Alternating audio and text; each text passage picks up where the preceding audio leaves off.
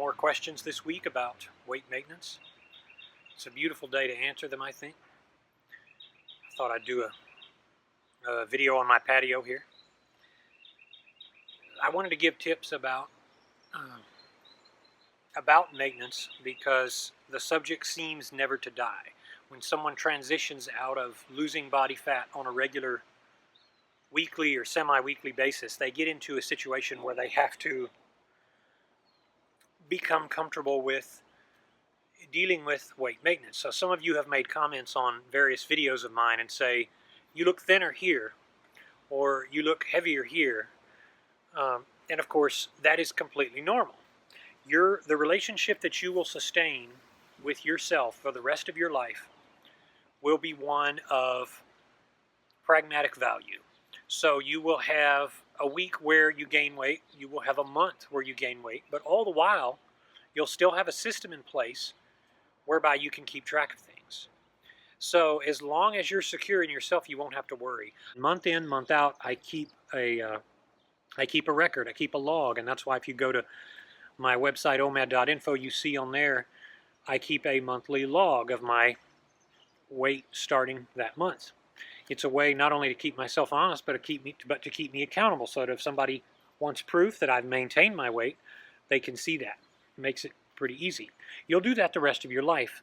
The big tip that I have for you is that everything that you do for the rest of your life will have to be something you do on a woken up basis. And what I mean by a woken up basis is you're wise now to the fact that you lost weight before, you were heavier, you were in worse shape, and now you're in better shape. Once you go through that rejuvenation process, you become aware of yourself in a way that benefits you, because now you're not going to be foolish anymore. You're not going to go back to taking month-long vacations from healthy endeavors and start pigging out on Reese's Buttercups and malt balls and anything you want.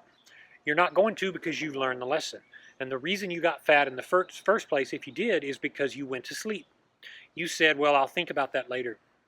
Like one of the people I told you about in a few videos ago, guy who was 24 years old, and he would always drink, and then he would eat 3 squares a day, and within several years he gained 85 pounds. When he's 24, that was when he was 24. What about when he's 34? What about when he's 44?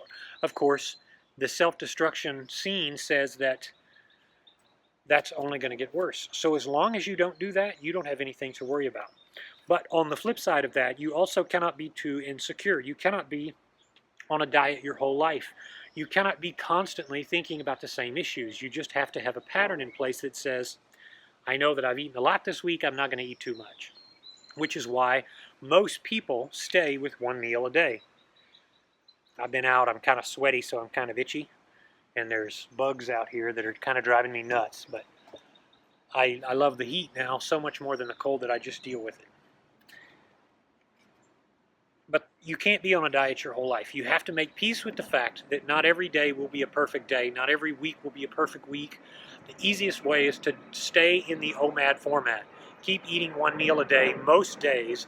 And when you have celebration days, when you have special events and occasions, do what you want to do, enjoy yourself, and definitely don't worry about it.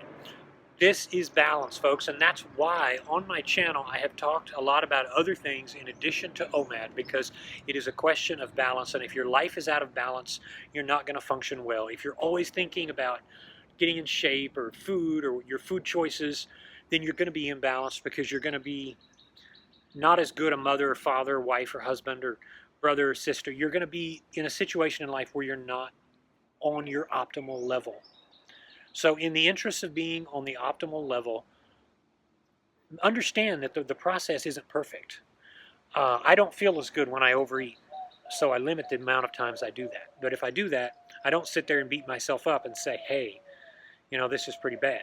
Lately, I've dropped about 10 more pounds, so I'm back in the low 190s. And I kind of probably am going to stay there. But if I jump up 10 pounds or if I jump down 10 pounds, I'm not going to worry about it. Folks, this is the magic of life right here. The ability to not be on your top game and to not always be on your bottom game. If you forget about caring, then If you don't care about it, you're going to get fat. But if you care too much, you're going to become obsessive. You're going to develop an obsession, and nobody's going to want to be around you. And you're going to trade off your quality of life. You're going to trade off having fun, and you're not going to optimize. The best version of you is the optimized version of you. So have yourself a great day. More videos to come.